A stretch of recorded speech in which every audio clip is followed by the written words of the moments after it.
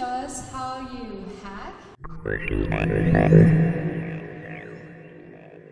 Does anybody have a hit card?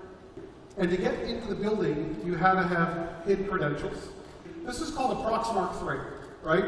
Read the card remotely and replay the credentials. And you can seal it. So it's in something like this. So you take the young lady's card and just get within an inch. It's already read it. So now with this device, I can replay.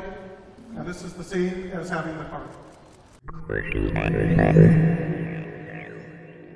So this device, it's always difficult to carry this, especially when you're going to the airport. So if we could put on the camera again, we're logged out. Plug it into the target machine. I'm going to rerun the software again. So if we look over here, we have the password candidate is HTTPS everywhere, which is the login password to the machine. For conclusion, again, as you can see just now that Kevin Mitnick has showed us how to hack into a company's building and then continue to hack the company's computer.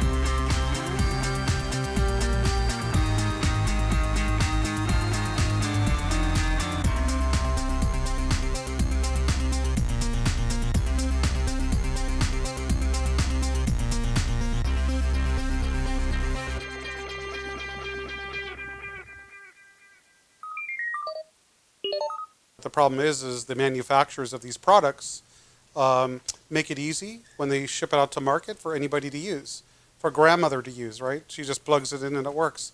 And it comes with like what they call default credentials, meaning the username and password is the factory default, which is usually something like admin.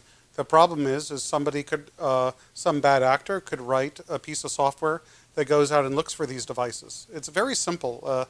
A high school kid could do it.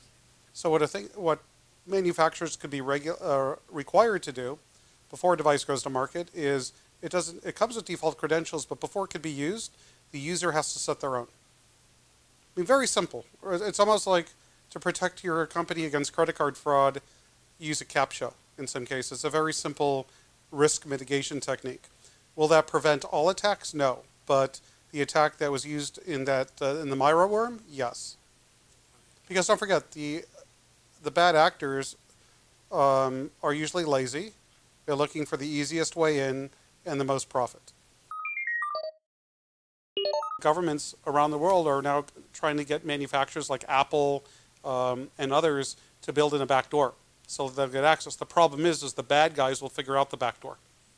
It's really a bad idea to build a backdoor into any type of technology. So you have competing interests. You have consumers and business people wanting privacy and security, and you have government wanting full visibility into communications. I think that the internet should be open to everybody, to all, except there should be some sort of controls when it comes to your kids, that they can't get to certain types of content on the internet. That I agree with. But with restricting adults, I don't think it should be restricted. I don't know him, to be honest with you. As you know, at the DEF CON Black Hat conference recently in Las Vegas, I was actually there. He was arrested for 2 years ago, allegedly authoring a banking piece of malware called Cronus. Well, the government says he admitted he did it, and he did it to profit. That's what the government says. I want to see what happens in trial, because a lot of times the government will say something that's not necessarily true, and so I want to see the facts proven. People make mistakes sometimes. This was done, I think, a couple of years ago. I myself, when I'm looking at people that have reformed and decided to use their skill for good, I'm one of those people, because I was also a hacker, not for money. Mine was for the thrill, entertainment, pursuit of knowledge, but I still broke the law, ended up in federal prison for 5 years. So I'm one of the same type of guys that has broken the law, got myself into trouble, and now I have the opportunity to use my skill sets to help companies and businesses reduce their risk and hopefully be secure in this dangerous world of the internet.